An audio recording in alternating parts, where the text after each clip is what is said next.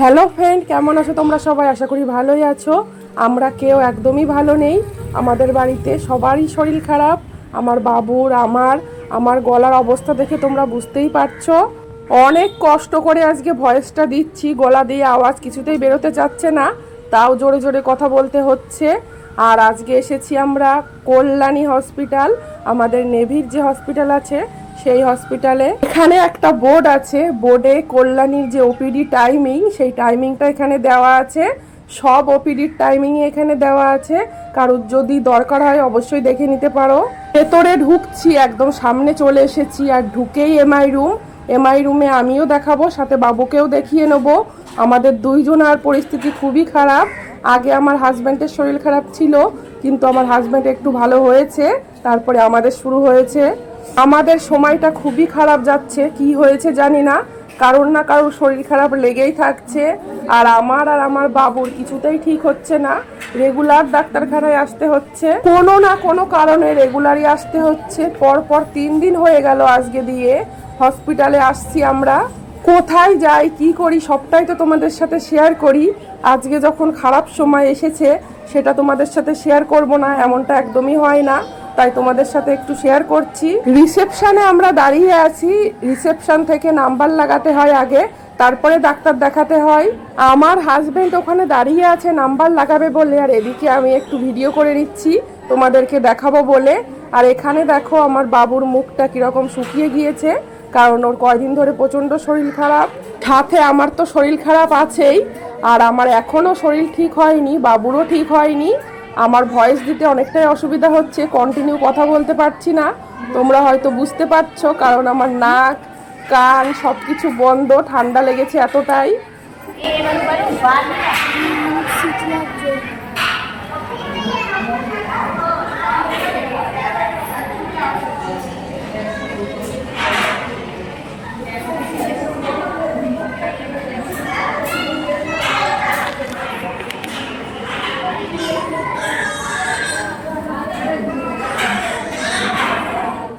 Doctor দেখানো হয়ে গেছে, জাস্ট ডাক্তারের রুমের থেকেই বেরোচ্ছি, আর ডাক্তার প্রেসক্রিপশন করে দিয়েছে, এবার ওষুধটা নেব।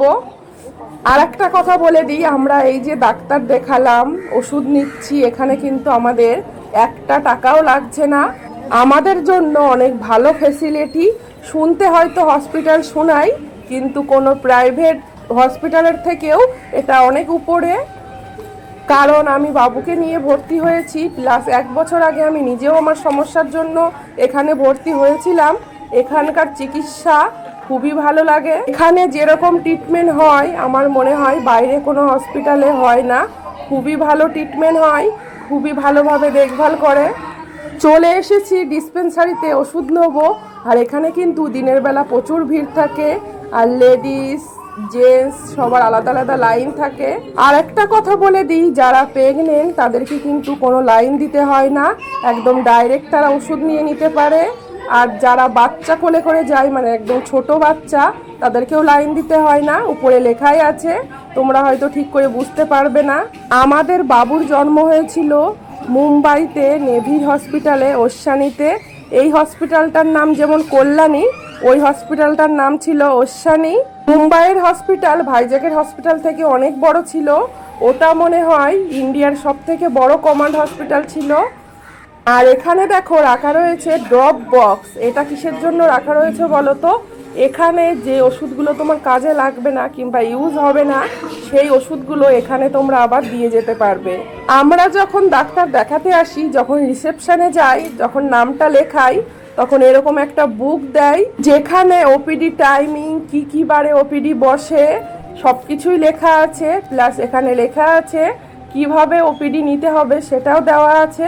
এখন তো অনলাইনের যুগ, বাড়িতে বসে নিজের রেজিস্টার নাম্বার থেকে এখানে নাম্বার দেওয়া আছে, কোন নাম্বারে এসএমএস করতে হবে, সেই নাম্বারে এসএমএস করলে অ্যাপয়েন্টমেন্ট পেয়ে যাই। কারোর যদি এমার্জেন্সি কোনো সমস্যা থাকে সেক্ষেত্রে ব্যাপারটা আলাদা, ডাইরেক্ট তখন অ্যাপয়েন্টমেন্ট নেওয়া লাগে না, এমনি দেখে নেয় ডাক্তার।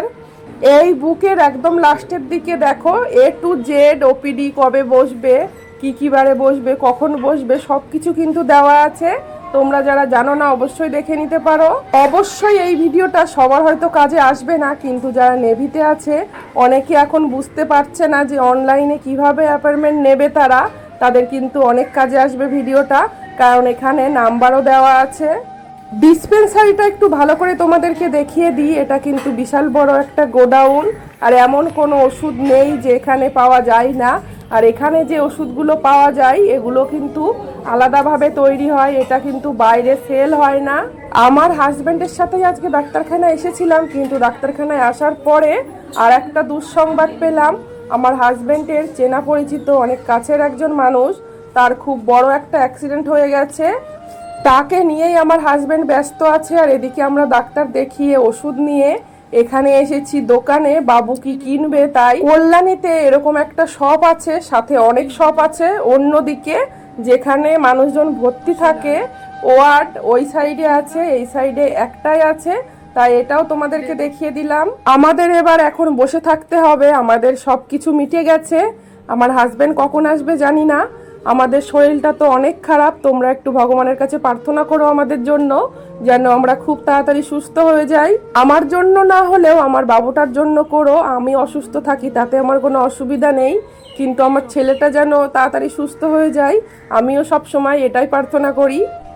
আমার ছেলে সুস্থ হয়ে গেলে আমি এমনিতেই হাফ সুস্থ হয়ে যাব, কারণ ওর কিছু হলে আমার টেনশনে হাত পা মনে হয় আর ওঠে না, খুবই টেনশন হয়। মনে হয় শরীরে কোনো এনার্জি নেই, হাতটা তুলতেও কষ্ট হচ্ছে, পাটা তুলতেও কষ্ট হচ্ছে, কেমন যে ফিল হয়। সব মা বাবারই আসলে এরকমই ফিল হয় হয়তো। এখানে রিসেপশনে আমরা এখন বসে থাকবো, আর রিসেপশন কিন্তু অনেক ফাঁকা হয়ে গেছে, তোমরা দেখতে পাচ্ছ। অনেকক্ষণ ওয়েট করার পরে আমার হাজবেন্ড এসছে, এখন আমরা বাইরে বেরোচ্ছি। আমার হাজবেন্ড গেছে গাড়ি আনতে, এবার চলে যাব বাড়িতে। এই যে আমি এখানে দেখতে হয়তো অনেকই খারাপ লাগছে, কারণ শরীরটা ভালো না। শরীর না ভালো থাকলে দেখতে তো খারাপ লাগবেই। এখানে দাঁড়িয়ে আছি, আমার হাজবেন্ড আসবে, তারপরে বাড়ির দিকে যাব। এখান থেকে যতটা পারি তোমাদের সাথে আর একটু শেয়ার করছি। দেখো এই দিকটায় রয়েছে পার্কিং আর অনেক বড় হসপিটাল। এটা হয়তো জাস্ট 1% তোমাদের সাথে শেয়ার করলাম। প্রচুর বড় হসপিটাল, পেছনে রয়েছে ওয়ার্ড। এই যে এই দিকটায় রয়েছে মেন গেট, পারলে তোমাদের সাথে মেন গেটটা একটু শেয়ার করব সামনে থেকে। আর আমার হাজবেন্ডও গাড়ি নিয়ে চলে এসেছে।